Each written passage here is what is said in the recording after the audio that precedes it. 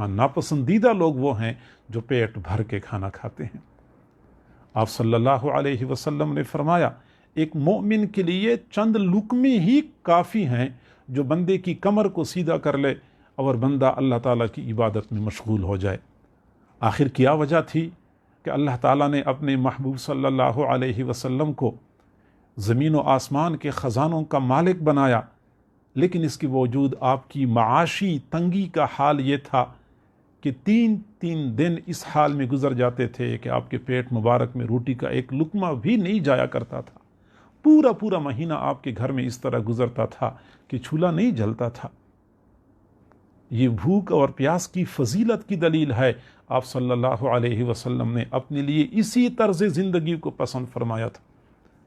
अब हमारा मसला ये है कि रमज़ानुल मुबारक को हम खाने पीने के महीने के तौर पे मनाते हैं, गुजारते नहीं हैं, बल्कि हम रमज़ान को मना रहे होते हैं। नफ्स कुशी की बजाय नफ्स परवरी का महीना बना चुके हैं। हालत हमारी ये है कि आम अय्याम में हम जितना खाते हैं रमज़ानुल मुबारक में उससे कई गुना ज़्यादा खाते हैं। फ़र्क सिर्फ इतना होता है कि खाने पीने के औकात तब्दील हो जाते हैं, वरना मिक़दार बढ़ जाती है। चुनांचे सेहरी हम डट के खाते हैं हिफ्ज़ मा तक़द्दुम के तौर पे कि आगे हमने रोज़ा रखना है, और इफ्तारी हम जी भर के करते हैं तलाफ़ी माफ़ात के तौर पे कि हमने रोज़ा रखा हुआ था। तो सेहरी में खूब खाते हैं कि हमने रोज़ा रखना है, इफ्तारी में खूब खाते हैं कि हमने रोज़ा रखा हुआ था। तो नफ्स को जब हम इतना पालेंगे, इतना हम इसकी ख्वाहिशात की पैरवी करेंगे, तो ज़ाहिरी बात है कि इसकी सरकशी में इजाफ़ा होगा, सरकशी में कमी नहीं आएगी।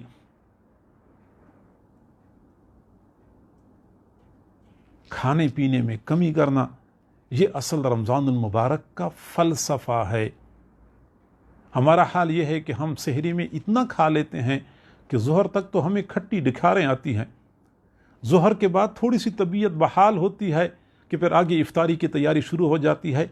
यूँ समझ लें कि हमारा पूरा रमज़ान खाने पीने के इर्द गिर्द घूम रहा होता है। पेट की खिदमत में हम दिन रात एक करके मगन होते हैं।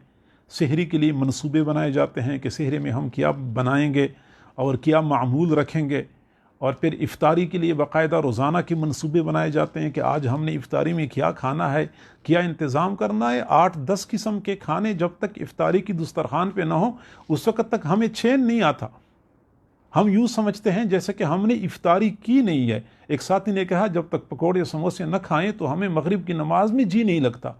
तो इसका माना ये हो गया ना कि हमने रमज़ान को नफ्स परवरी के तौर पे मनाना शुरू कर दिया, एंजॉय करना शुरू कर दिया, जबकि अल्लाह वालों का तरीका ये था कि सेहरी में इतना खाते थे कि बस दिन के वक़्त इबादात के लिए हिम्मत मिल जाती थी, और इफ्तारी में इतना खाते थे कि पूरी रात जाग के इबादत करने की तौफीक और हिम्मत मिल जाती थी।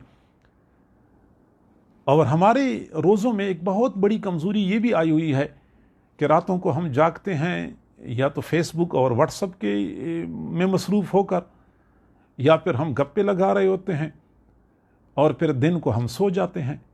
ज़ाहिरी बात है कि हम जब दिन में 5-6 घंटे 7-8 घंटे सोएंगे तो हमें तो भूख और प्यास का एहसास नहीं होगा, और जब तक भूख और प्यास का हमें एहसास नहीं होगा रोज़े का असल मकसद ही हासिल नहीं होगा।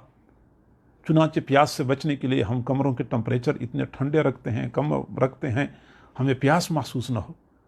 भूख से बचाव के लिए हम खाते ज़्यादा हैं। तो जब हम नफ्स को इसी तरह पालेंगे तो नफ्स की सरकशी में इजाफा होगा, कमी नहीं होगी। इसीलिए हमें चाहिए कि रमज़ानुल मुबारक के असल मकासद को हासिल करने के लिए हम भूख और प्यास से अपने नफ्स को दो चार कर लें। बिल्कुल बक़द्र ज़रूरत खाना खाना चाहिए, और कोशिश ये करें कि सेहरी और इफ्तारी में बस ऐसा खाना खाएं, ऐसी ग़िज़ा खाएं जो मिक़दार में थोड़ी हो और जिस्म की तक़वियत का बाइस हो।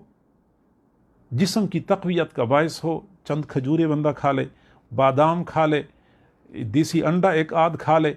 इसका फ़ायदा ये होता है कि जिस्म को तक़वियत मिल जाती है, तबीयत के ऊपर खाने पीने का बोझ नहीं होता। और जब तबीयत पर खाने पीने का बोझ नहीं होगा تو ذکر کے اثرات اور انوارات زیادہ محسوس ہوں گے۔ عام طور پہ یہ بھی ایک مسئلہ ہوتا ہے کہ جب ہم زیادہ کھاتے ہیں تو کھانے پینے کی کثافتیں ہماری طبیعت کے اوپر غالب آ جاتی ہیں، مراقبہ بھی کر رہے ہوتے ہیں، دھیان نہیں بنتا۔ سالکین اگر چاہتے ہیں کہ ہماری روحانی ترقی ہو تو اس کے لیے ضروری یہ ہے کہ کم از کم عصر سے لے کے مغرب تک کا وقت ہم مراقبے میں گزارا کریں، چونکہ اس وقت کھانے پینے کی کثافتیں ختم ہو چکی ہوتی ہیں، طبیعت میں لطافت آ چکی ہوتی ہے اور انسانی نفس ذکر کو زیادہ محسوس کرتا ہے۔ تو ایک تو بھوک اور پیاس سے اپنے نفس کو دوچار کرنا رمضان المبارک کا اصل مقصد ہے، اور یہ نفس کی اصلاح کے نصاب کا رکن رکین ہے۔ دوسری چیز رات کی عبادت ہے۔ راتوں کو جاگنا اور عبادت کرنا یہ بھی نفس کو پامال کرنے میں زیادہ مؤثر ہے۔ یا ایھا المزمل قم اللیل الا قلیلا نصفہ او انقص منہ قلیلا او زد علیہ ورتل القرآن ترتیلا انا سنلقی علیک قولا ثقیلا ان ناشئۃ اللیل ہی اشد وطئا واقوم قیلا۔ یہ راتوں کا جاگنا اور راتوں کی عبادت اور یہ شب خیزی اور شب بیداری یہ نفس کے اوپر بہت شاق ہے، اس سے بھی نفس کا سر جھک جاتا ہے، نفس تابع فرمان بن جاتا ہے۔ اور یہی وجہ ہے کہ حضور صلی اللہ علیہ وسلم عام ایام میں جو عبادت کرتے تھے راتوں کے وقت پاؤں مبارک متورم ہو جاتے تھے۔ اور حضرت عائشہ صدیقہ رضی اللہ تعالیٰ عنہ فرماتی ہیں کہ رمضان شریف میں آپ کی عبادات میں اور اضافہ ہوتا تھا، اور پھر خاص طور پہ آخری عشرے میں تو آپ علیہ الصلاۃ والسلام کے بارے میں حضرت عائشہ صدیقہ رضی اللہ عنہا نے فرمایا کہ آپ کمر کس لیتے تھے، عبادت کے لیے کمر کس لیتے تھے، خود بھی جاگتے تھے اور اپنے گھر والوں کو بھی جگایا کرتے تھے۔ تو راتوں کی عبادت ہیں، یہ بھی نفس کی اصلاح اور نفس کے تزکیے میں زبردست تأثیر رکھتی ہیں۔ رمضان المبارک میں نفس کی اصلاح کے نصاب کا دوسرا رکن وہ راتوں کی عبادت ہے۔ اب افسوس سے کہنا پڑتا ہے، ایک وقت تھا کہ ہمارے مشائخ راتوں کو عبادت کرتے تھے، لمبی لمبی تراویح پڑھا کرتے تھے، ادھر سے تراویح سے فارغ ہوتے تھے اور ادھر پھر سحری کا ٹائم ہو چکا ہوتا تھا، پھر تہجد کی نماز، پھر اس کے بعد سحری کھایا کرتے تھے۔ یہ معمول ہوا کرتا تھا۔ سوشل میڈیا نے، واٹس اپ اور فیس بک نے ہمیں رات کی عبادات کی لذت سے محروم کر دیا ہے۔ راتوں کو اگر ہم جاگتے بھی ہیں تو سوشل میڈیا پہ ہم لگے ہوتے ہیں، جس کی وجہ سے ہماری نفوس کی اصلاح نہیں ہو پاتی۔ یہ دوسرا رکن ہے۔ اور نفس کی اصلاح کا تیسرا رکن وہ اللہ کے نام پہ اپنے اموال کو خرچ کرنا ہے، کیونکہ اس سے بھی نفس کے اوپر چوٹ لگتی ہے۔ بندہ کماتا ہے، پسینہ بہا بہا کے کچھ بچاتا ہے، بچا بچا کے جوڑتا ہے، سال کے بعد اللہ کی طرف سے حکم آتا ہے کہ میرے نام پہ اتنا فقراء اور مساکین میں تقسیم کر دو۔ اس سے بھی نفس کے اوپر چوٹ لگتی ہے، اس سے بھی بندے کا تزکیہ ہو جاتا ہے، نفس کی اصلاح ہو جاتی ہے۔ خذ من اموالہم صدقۃ تطہرہم بہا وتزکیہم، ان کے اموال میں سے صدقہ لے لیا کرو اور اسے صدقے کے ذریعے آپ ان کی تطہیر کرو اور ان کا تزکیہ کرو۔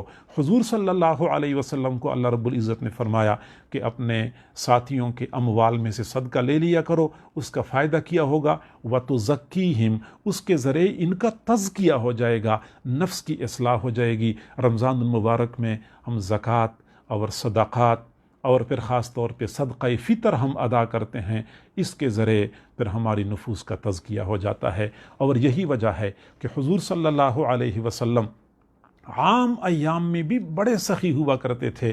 کبھی آپ نے زندگی میں کبھی کسی سائل کو نہ نہیں فرمایا، لیکن رمضان شریف میں آپ کی سخاوت میں اضافہ ہوتا تھا۔ صحیح بخاری شریف کی روایت ہے، وَكَانَ أَجْوَدُ مَا يَكُونُ فِي رمضان، حضور صلی اللہ علیہ وسلم پھر رمضان المبارک میں سب سے زیادہ سخی بن جاتے تھے۔ پورا سال آپ سخی ہوتے تھے، لیکن آپ کی سب سے زیادہ سخاوت وہ رمضان شریف میں ہوا کرتی تھی۔ اور پھر اسی حدیث میں حضرت عائشہ صدیقہ رضی اللہ عنہا فرماتی ہیں کہ حضور صلی اللہ علیہ وسلم کی یہ سخاوت تیز چلنے والی ہوا سے بھی زیادہ ہو جایا کرتی تھی۔ جس طرح تیز